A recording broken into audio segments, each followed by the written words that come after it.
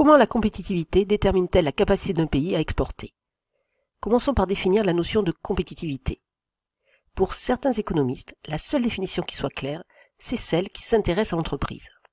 Dans ce cas, la compétitivité est la capacité d'une entreprise à maintenir ou à accroître ses parts de marché. C'est donc son aptitude à faire face à la concurrence.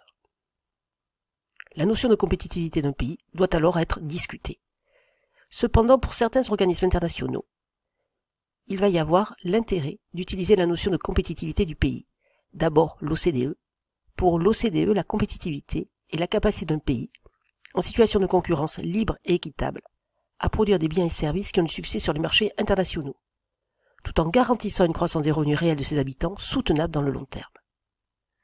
Pour l'Union européenne, la compétitivité est la capacité d'un pays à améliorer durablement le niveau de vie de ses habitants, à leur procurer un haut niveau d'emploi et de cohésion sociale, dans un environnement de qualité. De cette notion de compétitivité, on va déboucher sur la notion d'attractivité économique. C'est la capacité à attirer les activités nouvelles et les facteurs de production mobiles sur un territoire, c'est-à-dire les capitaux et les travailleurs qualifiés. Cette attractivité dépend de la taille des marchés, du capital humain, de la recherche, du coût du travail du capital et enfin de la qualité des infrastructures. Il existe plusieurs indicateurs de la compétitivité. D'abord, pour une entreprise, c'est l'augmentation de ses parts de marché qui sera l'indicateur de la compétitivité. La part de marché d'une entreprise est le rapport entre le chiffre d'affaires de l'entreprise et le chiffre d'affaires des entreprises de la branche. Pour un pays, il va y avoir plusieurs indicateurs de la compétitivité. D'abord, la part d'exportation du pays dans les exportations mondiales ou dans une région du monde. Ensuite, les termes de l'échange, c'est-à-dire les rapports entre les prix à l'exportation et les prix à l'importation. Plus les termes de l'échange sont élevés, plus le pays sera compétitif. Autre indicateur de la compétitivité pour un pays, le taux de pénétration pour un bien, qui est le rapport des importations et le total des ventes. Dans ce cas, plus ce taux est faible, moins le pays a besoin d'importer des produits pour satisfaire les besoins de ses habitants. Enfin, le taux de couverture, qui est le rapport entre les exportations et les importations.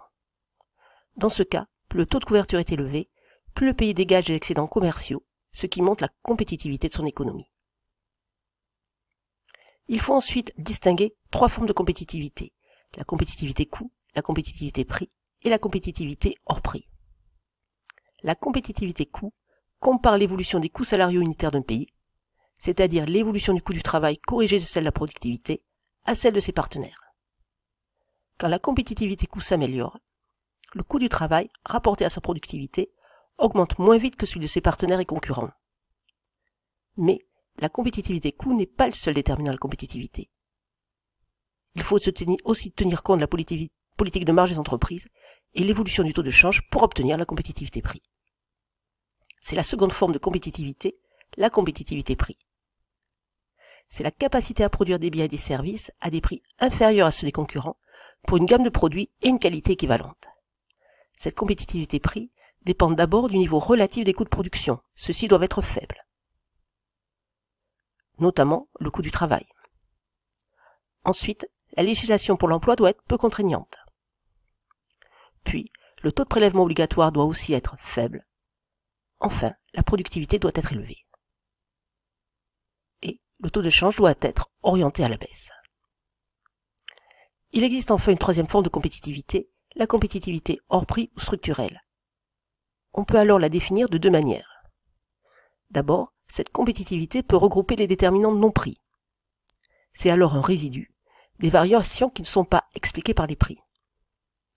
Deuxième définition, on va définir la compétitivité hors prix par la capacité à offrir des produits différenciés par les services qu'ils intègrent, l'innovation, la qualité, l'image de marque et l'adaptation aux demandes du client.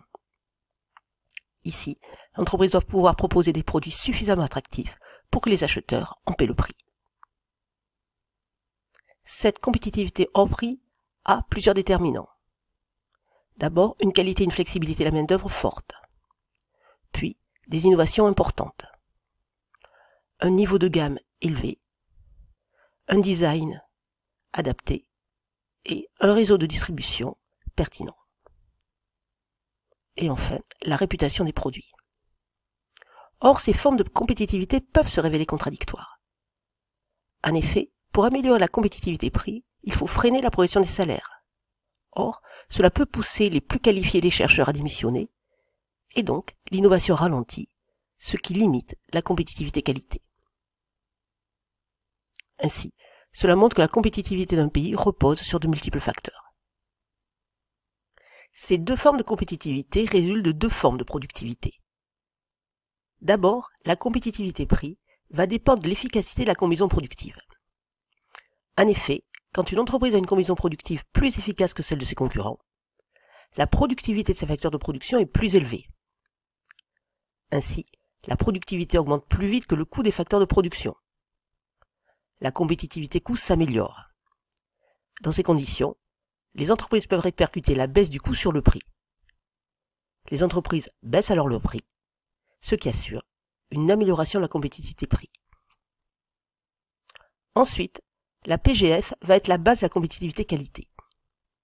En effet, la productivité globale des facteurs est la part de la croissance qui s'explique par le progrès technique.